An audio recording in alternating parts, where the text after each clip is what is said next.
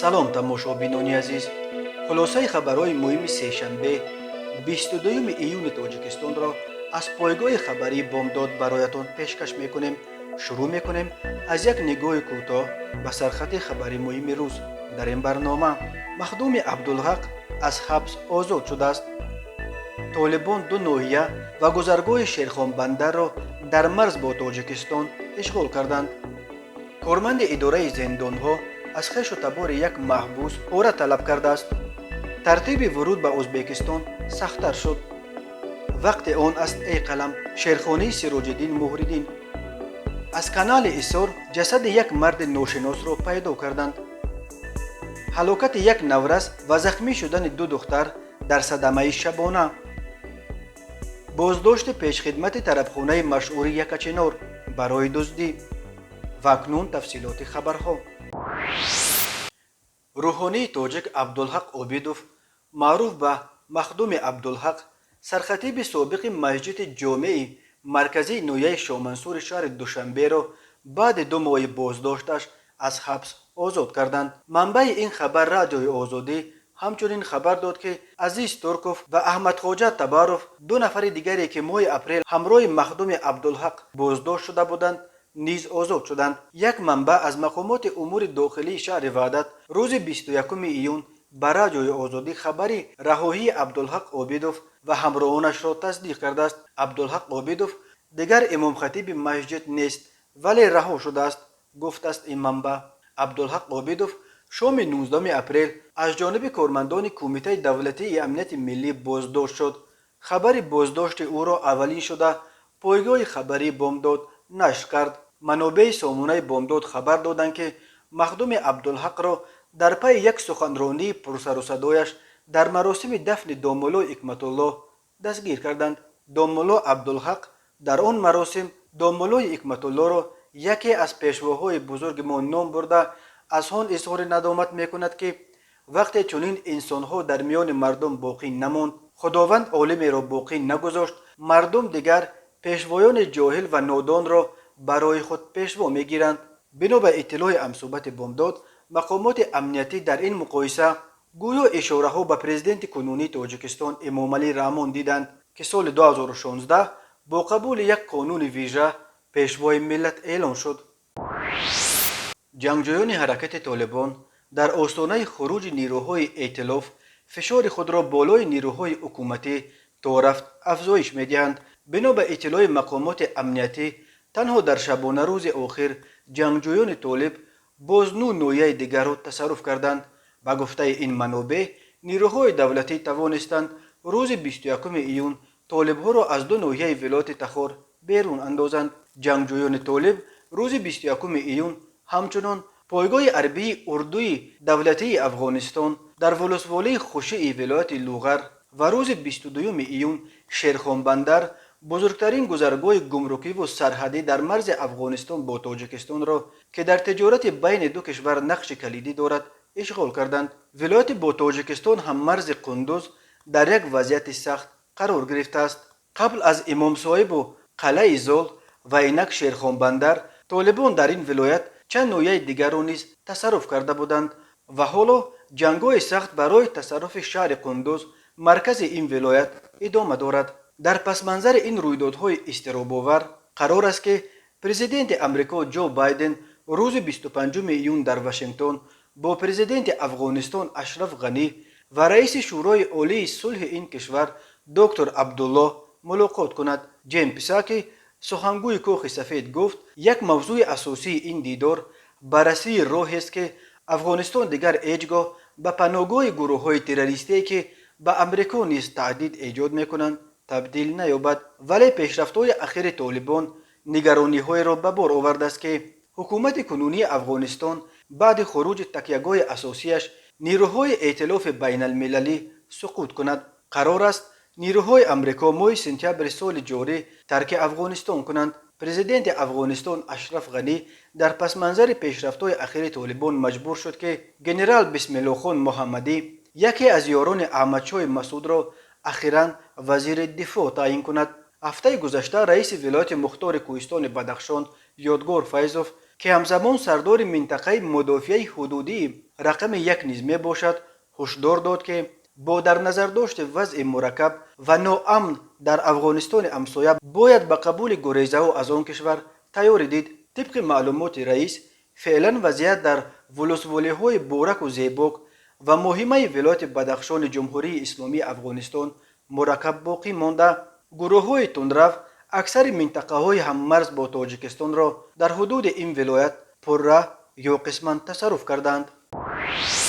اگنتی مبارزه با کروپسیون تاجیکستان روز 22 ایون خبر داد که تفتیش پیشکی پرونده پرویز اودینایف ناظر کلان نظارت کارهای اصلاحی ریاست زندانهای ولایت سغد را انجام داده برای بررسی به دادگاه سپرده است. بنا به گزارش مذکور مطبوعات اگنتی مبارزه با کروپسیون اودینایف پرویز دودربیکوویچ در وظیفه ناظر کلان نظارت کارهای اصلاحی ریاست اجرای جزای جنایتی وزارت عدلیه جمهوری تاجیکستان در ولایت سغد فعالیت کرده با مقصد تصرف مال و ملک غیر با راه فریب و سوء استفاده باوری با استفاده مقام خدمتی به صادر نمودن جنایت قلابی دست زده است. نام برده برای چاره اندیشی نکردن نسبت محکوم شده که استحصالات پرونده نظارتیش به ذمه او واگذار گردیده مهلت اجرای آن هنوز ماه سال 2020 گذشته است. ماه دکبر سال 2020 خویشاوند محکوم شده شهروند بی را به اتاق کاریش دعوت نموده مبلغ 5000 سومانی طلب نموده است. پرویز اودینایف با مقصد عملی کردن نقشه جنایتی خود با شهروند بی واخورده از آخرین مبلغ 1500 سومانی گرفته باز آورده دادن باقی مانده مبلغ را طلب کرده است. دفعه دوم بعد از شهروند بی گرفتن مبلغ 3500 سومانی اودینایف را در نتیجه گذرانیدن چاره‌بینی‌های اپراتیوی تفتیشاتی دستگیر کردند. 3500 سومانی مبلغ از بی گرفته‌اش را همچون دلیل شیعی مصادره کردند ولی پرویز اودینایف نه به گرفتن پاره بلکه بر اساس قسم دوم ماده 247 کودکس جنایتی تاجیکستان بندهای و گ به قلابی با سوء استفاده از مقام خدمتی که باعث رسانیدن ضرر جدی به شهروند شده است عیبدار می شود. به او بر اساس این بند قانون همچون جزا جریمه به مبلغ از 365 تا 912 نشان دهنده برای حسابها یک نشان دهنده 60 سومانی و یا از 2 تا 5 سال زندان تهدید می کند. وقتهای آخر در تاجیکستان موردهای همچون قلابی جمع و بست کردن پرونده های منصبدارانی که هنگام گرفتن پوره به دست می یافتند زیاد شده است. در نتیجه اکثر این منصبداران معمولا با یگان جریمه خلاص می خورند. در پس منظر افزایش موردهای سرایت به کرونا ویروس کمیسیای مخصوص حکومت ازبکستان عاید به مبارزه با کووید 19 از نو تشخیص کرونا ویروس PCR تست را برای همه آنهایی که وارد این کشور می شوند حتمی کرد. در این باره روز 22 ایون خدمات مطبوعات وزارت تندرستی ازبکستان خبر داد خدمات سانیتاری و اپیدمیولوژی با قرار کمیسیای مخصوص برای همه آنهایی که به جمهوری ازبکستان توسط گذرگاه‌های مرزی وارد می شوند نظام حتمی تشخیص توسط تشخیص PCR جاری می کند.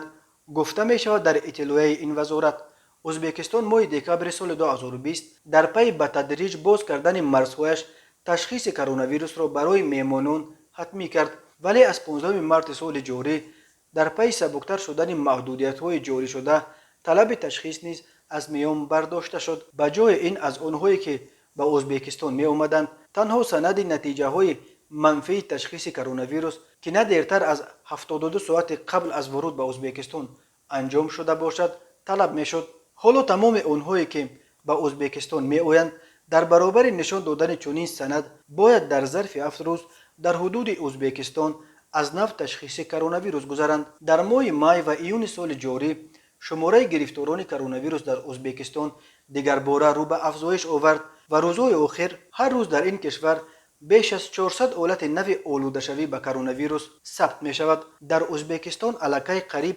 107,000 نفر به کرونا ویروس گرفتار شده 720 نفر قربانی این ویروس شدند. روز 22 ایون خدمات مطبوعات وزارت تندرستی ازبکستان در تلگرام کانال خود خبر داد که با قرار کمیسیای مخصوص مبارزه با کووید 19 از 22 ایون همچنین رو اوی شهروندان توسط مرز ازبکستان و افغانستان به دلیل بد شدن وضع اپیدمیولوژی در افغانستان موقتا بازداشت می شود. تا بهتر شدن وضع، دادن ویزای سیاسی به شهروندان افغانستان نیز متوقف کرده می شود. تماشابینان عزیز، یادآور می شویم خلاصه مهمترین اخبار تاجیکستان را از پایگاه خبری بامداد تماشا دارید. برنامه را ادامه می دهیم. 80 سال قبل 22 ایون سال 1941 گرمانی فاشیستی به اتحاد شوروی حمله کرد و جنگ بزرگ وطنی آغاز یافت. این جنگ ماه می سال 1945 با شکست کامل گرمانی فاشیستی از جانب اتحاد شوروی، امریکا، بریتانیا و دیگر اتفاقیان آنها انجام یافت. بخشیده به سالگرد 80 جنگ بزرگ وطنی با تشبث وزارت کارهای خارجی بلاروس، رهبران اداره‌های دیپلماتی کشورهای اسنگ هر کدام شعرهای شاعران کشورهای خود درباره این جنگ پرقربانی را قرائت کردند. در این تشبث وزیر خارجه تاجیکستان سراج الدین موردی نیز اشتراک کرد. شعر مشهور شاعر جنگاور تاجیک حبیب یوسفی وقت آن است ای قلم را قرائت کرد. وقتی آن است ای قلم برنده تر گردی زی تیغ، وقتی آن است ای سخن غرنده تر گردی زی برق، تا به دشمن حمله آورم ریشه اش بریزی بیغ، تا رسی منحوس انچر را کنی بی شاخ و بر، یک جهان عشقی وطن دارد دل خلقی عظیم، تا وطن را دوست دارد تا ابد، صد جهان نفرت هم از بحر رذیلان فاشیسم، تا فاشیستان را کند با نفرتش دور عاقبت، چون وطن مردانه در جنگ آمده است امروز من، این وطن را بیش از هر وقت دارم دوستتر. خود حبیب یوسفی نیز داوطلبانه به جنگ بزرگ وطنی رفت و 22 فوریه سال 1945 وقتی تا غلبه بر فاشیسم کمتر از 3 ماه دیگر مانده بود در نزد ورشو جان باخت. شاعر جوانمرگ تاجیک آن وقت همگی 29 سال داشت. در جنگ بزرگ وطنی حدود 300,000 نفر از ساکنان تاجیکستان یعنی قریب 3/1 اهالی آن وقت جمهوری اشتراک کرد. 90,000 آنها در جنگ کشته شدند. کمیته ایالت‌های فوق‌العاده تاجیکستان خبر داد که روز 19 ایون بر ریاست ایالت‌های فوق‌العاده شهر دوشنبه درباره روی آب آمدن جسد یک مرد ناشناس در کانال ایسار خبر رسید. دسته زودعمل نجات ریاست به جای حادثه سفربر شده با همکاری ساکنان اطراف در موضع زیر پل حیات نو جسد را از بین کانال به ساحل آوردند. غرق شده یک مرد ظاهراً تخمیناً 50-55 ساله بوده، شخصیتش هنوز معلوم نیست. نجات دهندگان جسد را به مقامات حفظ حقوق سپردند. کمیته ایالت‌های فوق‌العاده گفت مقامات از روی این حادثه پرونده آغاز کرده سبب‌های غرق شدن و شخصیت غرق شده را مشخص می‌کنند. از اول سال 2021 در کل دریاهای تاجیکستان حدود 50 نفر غرق شدند. جوانزن 25 ساله ساکن شهر دوشنبه پیشخدمت طربخانه مشهور یکچنار با گمان دزدی دستگیر شده است. وزارت کارهای داخله گفت که این جوانزن روز 7 ایون تخمینا ساعت 13:30 هنگام در طربخانه یکچنار قرار داشتنش با راه پنهانی از روی میز تلفن موبیلی تمغه سامسونگ A51 را که به جوانزن 24 ساله ساکن پایتخت تعلق دارد دزدیده است. ضرری رسانیده شده 3200 سومانی را تشکیل می‌دهد. به پیشخدمت اکنون برای این کردار جریمه و یا از 2 تا 5 سال حکم زندان تهدید می‌کند. شب 21 ایون ساعت 03:40 راننده ماشین تمغه اوپل استرا دونایف دولتبک سال تولدش 1999 ساکن جماعت فرونز نویه بلخی هنگام حرکت در روی ماشینگرد بلخی دوستی در دهه لاهوتی از عهده اداره واسطه نقلیات نبرآمده از راه برآمده به درخت بیت برخورده است. در نتیجه مسافر این ماشین جورقلوف محیدین قربانزارویچ سال تولدش 2004 ساکن جماعت فرونزه در جای حادثه به هلاکت رسیده. مسافران دیگر امین автомашина نابالغان دونای و پروینه دولتونا سال تولدش 2004 و دونای و دلفروز دولتونا سال تولدش 2009 به سلامتیشان جراحت جسمانی برداشته در بیمارخانه بستری گردیدند. روز 20 ایون در امین جماعت فرونزه دوچرخران اشمرودوف عبدالجبار سال تولدش 1968 زیر چرخ اوپل استرا جان باخته بود. هر سال بر اثر صدمه ها در راههای تاجیکستان تا 400 نفر به هلاکت رسیده، بیش از 1200 تن دیگر معیوب می شوند. تماشابینان عزیز و گرامی، این بود مرور به خلاصه چند خبر مهم روز 22 ایون تاجیکستان. خبر و گزارش های بیشتر از تاجیکستان و درباره تاجیکستان را در سامانه پایگاه خبری بامداد پیگیری نمایید. www.bamdad.com. خوش باشید.